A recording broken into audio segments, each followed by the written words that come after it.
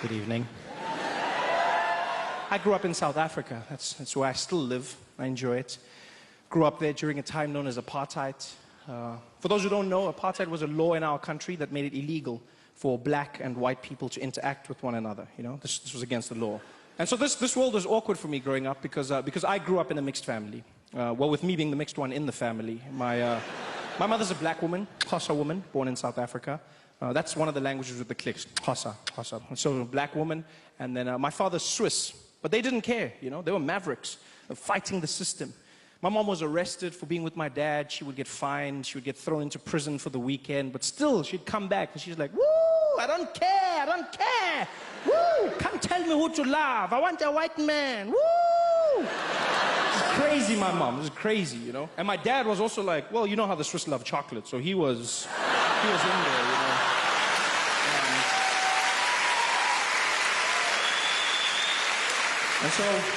And so they got together and they had me, which was illegal. So I was born a crime, which is something I don't think they ever thought through, because as a family we couldn't live together, you know? Like in the streets we couldn't even be seen together.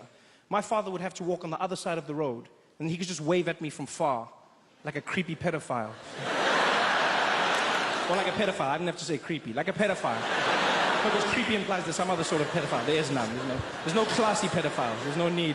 No, like, afternoon, ladies, afternoon. No, just browsing. It's so classy. No, he's a pedophile. And, my mom could walk with me, but if the police showed up, she'd have to let go of my hand, drop me, and act like I wasn't hers. Every single time, because we weren't supposed to exist as a family. So my mom would let go. It was like a little game we played. Police would show up like, woo! She'd be like, woo, I don't know. No, it's not mine. Oh, no, I don't know. It was horrible for me. I felt like a bag of weed. It was a tough time. And the downside of being light was being light. I was different. People mocked me, gave me names like mixed breed, half caste. I hate that term, half. Why half? Why not double? Or twice as nice? I don't know. People give you weird names. I just wanted a cool name, you know? I wanted to be black, to be honest. That's all I ever wanted. Especially since one day growing up, I met an American. And he was shocked that in South Africa we had all these titles. And he said to me, he said, well, you know, Trevor, if you go out to America, they'll label you as black.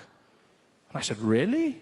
He was like, oh, hell yeah. Yeah, buddy, everybody's black out there, yeah. You'd be super black. Oh, well, that sounds good to me. Super black.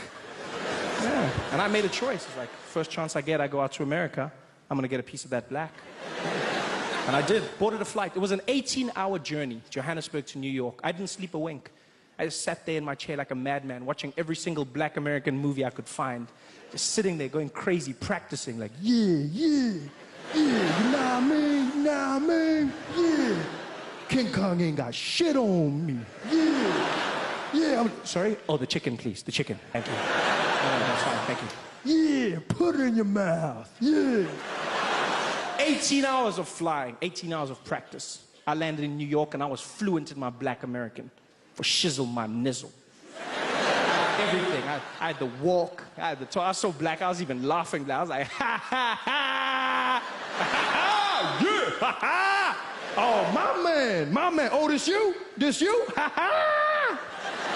That for me is the coolest thing in the world. Black Americans are so cool and confident. They'll make you feel good about yourself just by asking if you are you.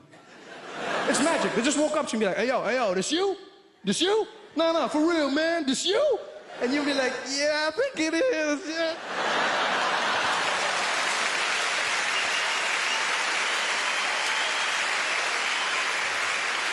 And I was that black. I was super black. I was loving it. Until this guy walked up to me. I don't know it, didn't even know me.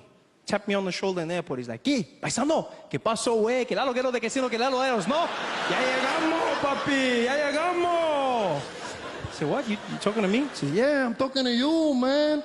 I'm just saying, we made it, baby. We made it, eh? And now that we're here, our kind, we gotta stick together, hombre.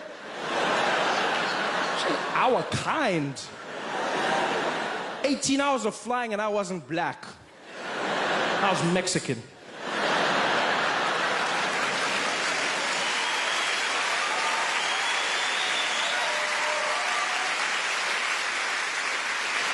Mexican. So I started learning Spanish. If not, why not? And then I've also started learning German. I learned German to connect with my father. You know, lost contact with him for many years because of apartheid. And so now we're starting to learn each other, which is taking time, but we're doing it slowly. I think the language will help me, you know, because I don't think he's proud of me. He loves me, but I haven't earned his pride. I think partly because of my job. As a comedian, I don't rank that high in the world of German anythings. Comes across in the small conversations, you know. Like one day we're having lunch, my dad looks at me and he goes, "So Trevor, what do you do now, eh? You got a job, do you work?" I said, "Yeah, Dad, I'm a comedian, stand-up comedian." He's like, "Ah, yeah, so the clown, eh? Yeah." No, whatever.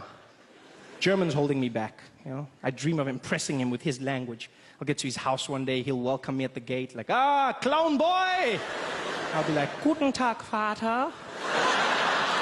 It's epic, it's got that feeling. So I've started learning. I learn in different ways, you know, watch German movies, play German speeches on my iPod when I sleep. Your brain remembers things you don't even know. It's beautiful. The only hiccup was, turned out I downloaded some of Hitler's speeches.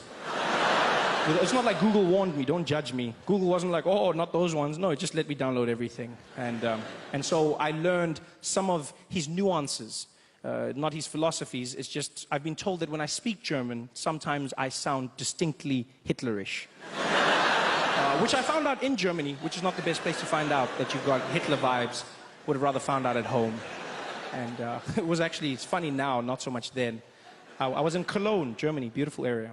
I'll never forget, I was walking around and I went into like a little sandwich shop, you know, like one of those Subways where you make your own sandwich.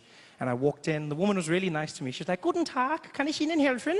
And I looked at her and I thought, confidence, Trevor, confidence. I said, "Guten Tag! Ich will einen kleinen Boten haben, bitte schön! Das schwarze Boten mit dem Käse und das Schinken, bitte schön! Und gib für mich auch die Salami und ein Pepsi-Cola trinken, bitte!"